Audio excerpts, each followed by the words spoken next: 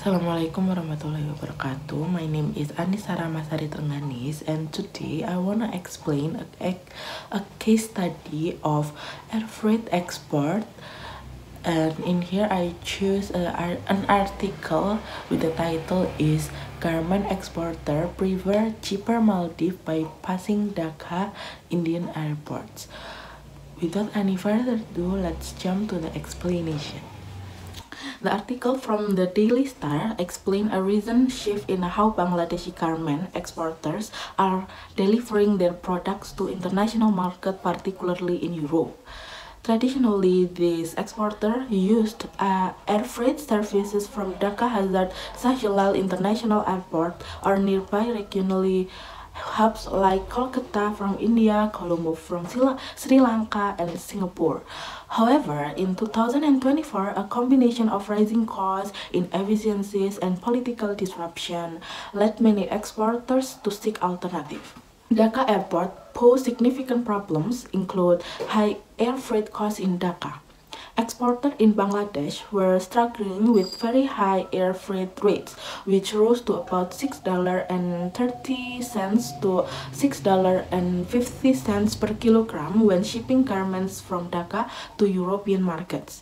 This was considered unsustainable, especially for a price-sensitive industry like garments. And the second problem is lack of infrastructure at Dhaka Airport.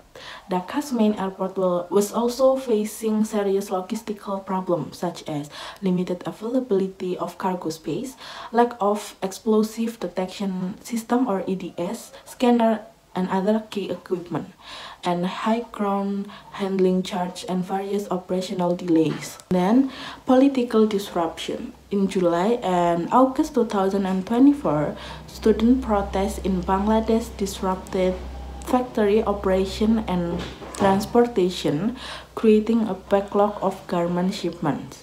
This meant that exporter had to act fast to clear delayed orders and meet international deadlines, especially for the upcoming fashion seasons. And the fourth problem is inefficiencies at Indian transit points.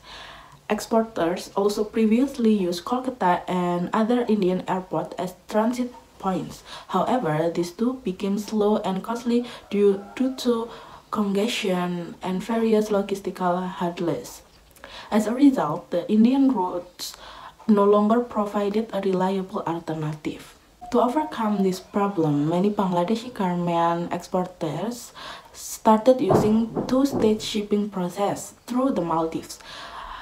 The garments are sent by sea from Bangladesh to Maldives, and from the Maldives, they are flown by air to Europe and other international destinations. These new routes offer several advantages, such as cost reduction.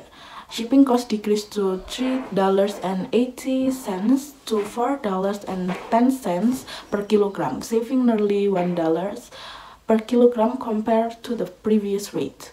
And the second advantage is increased efficiency. The Maldives route provided a faster and more reliable shipping option, helping exporters meet tight deadlines. And the third advantage is alleviation of backlogs.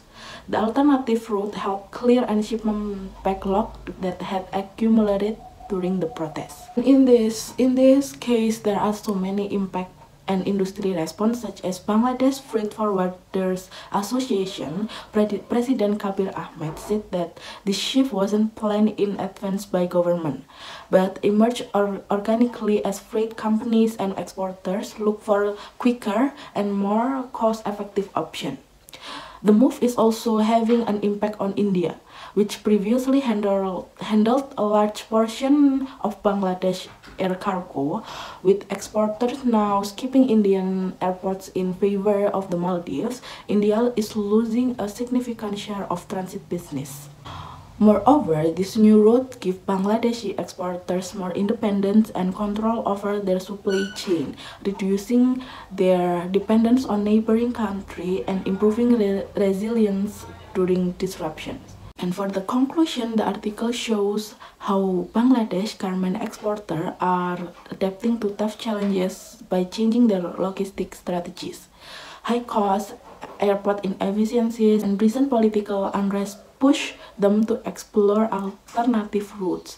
The Maldives has emerged as a surprisingly effective hub, offering a balance of lower cost, better service, and faster delivery to key global markets like Europe. The situation reflects the importance of flexibility and innovation in international trade, especially for developing countries trying to stay competitive in global industry like fashion and apparel. Alright, that's all for the explanation. Thank you for watching. Wassalamualaikum warahmatullahi wabarakatuh.